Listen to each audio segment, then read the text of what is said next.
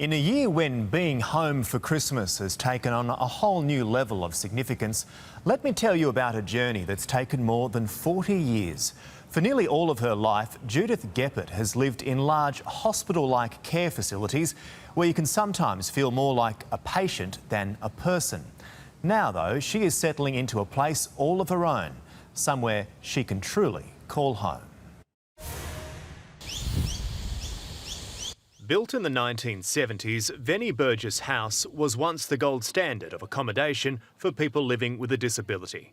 These days, its hospital-looking hallways, dotted with commercial freezer-like roller doors that lead to sterile clinical rooms, are relics of a care model, thankfully, being left behind.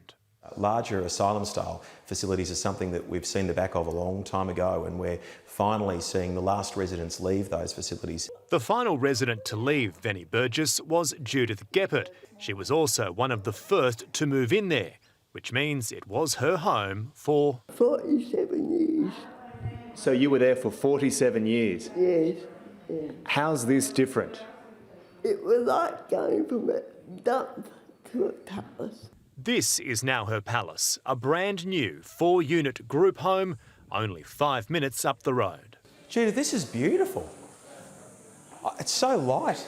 Giving the Minister for Disability Services a tour, Judith's personalised touches are unmissable. You like Elvis? I love it. I like the 50s and 60s music, because that's what I grew up with. Her new home, which is managed by the Cerebral Palsy Alliance, has given her one thing she's never had before, though: neighbours. Where I was, you never saw anybody but just the staff that you dealt with. The whole philosophy here is to let our clients live in the community just like you and I. They live at a home, you drive down the street, you wouldn't know this was a home for people living with a disability. The 4 residents are supported by services funded under the National Disability Insurance Scheme. 5 years ago, there were more than 300 people in 14 large centres like Vennie Burgess across the state.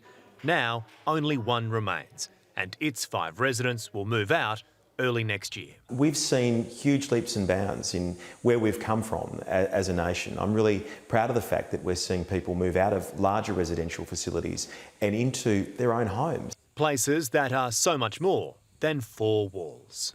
It just opened up a whole new world that I didn't pick up there, but it is very good.